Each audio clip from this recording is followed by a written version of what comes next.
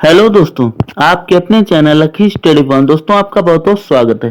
दोस्तों आज मैं आपके लिए हिंदी ग्रामर एमसीक्यू क्लास लेके आया हूं दोस्तों, जो आपके एग्जाम बिहार बीपीएससी शिक्षक भर्ती और यूपी पुलिस कांस्टेबल भर्ती 2024 के एग्जाम के लिए बहुत ही महत्वपूर्ण रहेगी।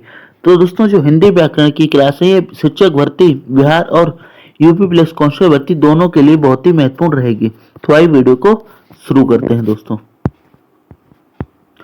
पहला क्वेश्चन है हमारा, निम्नलिखित में से कौन सा वर्ण उच्चारण की दृष्टि से दंत नहीं है।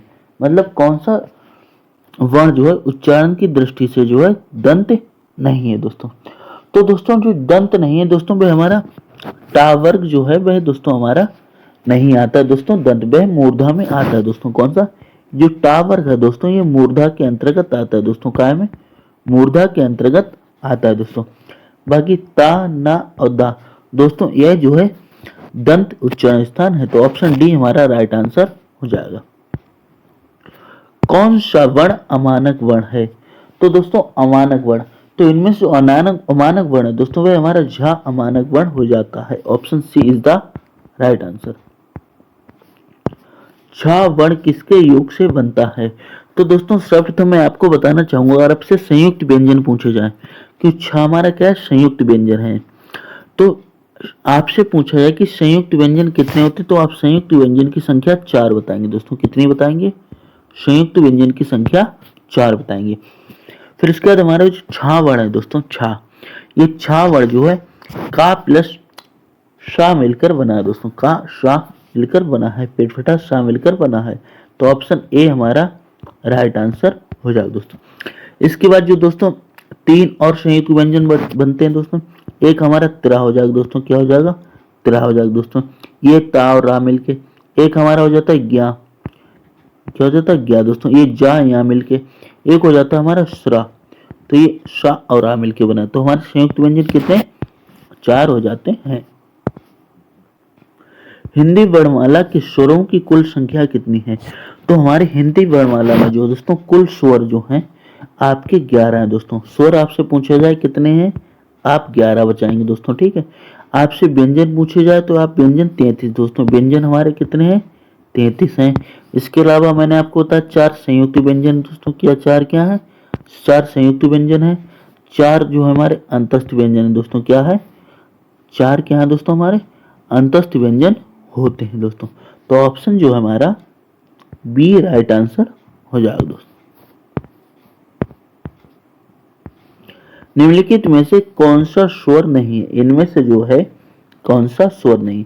तो स्वर की संख्या दोस्तों 11 है दोस्तों। स्वर की संख्या कितनी है, स्वर की संख्या 11 है दोस्तों। ये जो जा है दोस्तों, जा ये हमारा व्यंजन के अंतर्गत आता है दोस्तों। जा हमारा काय में आता है व्यंजन के अंतर्गत आता है दोस्तों। जा हमारा काय में आता है व्यंजन में आता है। आ उ ए ये हमारे स्वर हैं दोस्तों। स्वर की संख्या कितनी है 11 है, तो option D is the right answer.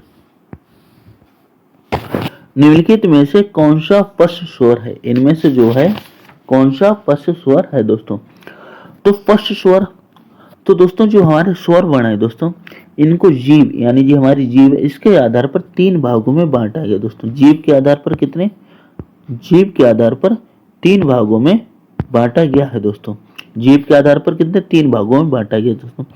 पहला हमारा अग्रस्वर है, अग्रस्वर में 4 आते हैं दोस्तों। अग्रस्वर में कितने स्वर आते हैं, अग्रस्वर में हमारे 4 स्वर आते हैं दोस्तों। उसके बाद आता है मध्य स्वर, मध्य स्वर में सिर्फ 1 स्वर है। मध्य स्वर में कितना स्वर है, मध्य स्वर में 1 स्वर है। उसके बाद आता है फर्स्ट स्वर, फर्स्ट स्वर में संख्या 5 है दोस्तों। फर्स्ट स्वर में स्वर कितने हैं 5 है दोस्तों। तो फर्स्ट स्वर में जो स्वर है दोस्तों में हमारे आ, क्या दोस्तों एक आ हो जाता है, एक ऊ, एक हो जाता ऊ, एक हो जाता ओ, एक हो जाता है औ दोस्तों। क्या हो जाता है औ दोस्तों। तो इसमें जो हमारा आ कौन सा ऑप्शन ए वाला आ जो है दोस्तों ये हमारा फर्स्ट स्वर के अंतर्गत आएगा दोस्तों। बाकी ये जो 3 है दोस्तों वाह जाए ये हमारे व्यंजन कहलाएंगे दोस्तों। क्या कहलाएंगे, यह व्यंजन कहलाएंगे दोस्तों, ठीक है। नेक्स्ट क्वेश्चन, खड़ी पाई वाले व्यंजनों का संयुक्त रूप कैसे बनाया जाना चाहिए। जो खड़ी पाई वाले व्यंजन होते हैं दोस्तों, अगर हम इनका संयुक्त रूप बनाएंगे दोस्तों, तो जो है खड़ी चौपाई को हटाकर दोस्तों, क्या खड़ी चौपाई को हटाकर जो है संयुक्त रूप बनाएंगे, तो ऑप्शन बी हमारा राइट आंसर हो जाएगा। विसर्ग से बना शब्द कौन सा है। विसर्ग से बना हुआ इनमें से शब्द कौन सा है। तो विसर्ग होता कौन सा दोस्तों, विसर्ग दोस्तों, तो दोस्तों जो हमारे दो अयोगवा हैं दोस्तों, क्या अयोगवा, अयोगवा कौन से हैं दोस्तों, एक अंग और आहा, इन दोनों को जो है अयोगवा कहा गया दोस्तों। क्या कहा गया है, अयोगवा कहा गया है दोस्तों। साथ ही दोस्तों इनके जो भेद है दोस्तों, अयोगवा के तीन भेद है। अयोगवा के कितने, तीन भेद हैं। पहला अनुस्वार, दूसरा विसर्ग, तीसरा अनुनासिक। विसर्ग की क्या पहचान होती है, विसर्ग की हमारी ये पहचान होती है दोस्तों, ठीक है। तो निष्प्रह में जो है दोस्तों एक चिन्ह मिल जाता है दोस्तों, ये हमारे विसर्ग की पहचान है। तो ऑप्शन बी हमारा राइट आंसर हो जाएगा। इनमें से कौन सा वर्ण स्वर है, इनमें से कौन सा वर्ण स्वर है दोस्तों। तो स्वर हमारे 11 होते हैं दोस्तों, कौन से 11 होते हैं, आ ई उ ए ओ औ। कितने हमारे ये 11 होते हैं, तो हमारा ऑप्शन ए हमारा राइट आंसर हो जाएगा दोस्तों। बाकी व्यंजन है दोस्तों। निम्नलिखित में से अंतस्थ व्यंजन कौन सा है। अंतस्थ व्यंजन, अंतस्थ व्यंजन की संख्या 4 है दोस्तों। अंतस्थ व्यंजन मेरे कितने हैं, अंतस्थ व्यंजन 4 होते हैं दोस्तों आपके। 4 कौन कौन से होते हैं दोस्तों, एक या, एक रा, एक ला, एक वा, ये हमारे 4 अंतस्थ व्यंजन होते हैं। अंतस्थ व्यंजन आपसे पूछा जाए तो आप संख्या 4 बताएंगे, या रा लावा, या रा लावा। अब इसमें अंतस्थ व्यंजन पूछा गया तो हमारा ऑप्शन बी वाला राइट आंसर हो जाएगा दोस्तों। या क्या है, अंतस्थ व्यंजन है, तो option B is the right answer. इनमें से ओ का उच्चारण स्थल कौन सा है। ओ, जो ओ है दोस्तों, इसका उच्चारण स्थान क्या है। तो ओ का उच्चारण स्थान दोस्तों कंठ ओष्ठ है दोस्तों, कंठ और ओठ से मिलकर बनता है। आप ओ यानी ओ, ओठों का और कंठ का प्रयोग से हमारा ओ बनता है, तो ये कंठोष्ठ कहलाता है दोस्तों। क्या कहलाता है, कंठोष्ठ कहलाता है। तो option D is the right answer. साथ ही दोस्तों ये दंत है दोस्तों। दंत में जो है दोस्तों हमारा ता वर्ग आता है दोस्तों। कौन सा, दंत में ता वर्ग आता है, मूर्धा में टा वर्ग आता है दोस्तों। क्या आता है, टा वर्ग आता है। चा और छा वर्ण का उच्चारण स्थान कौन सा है।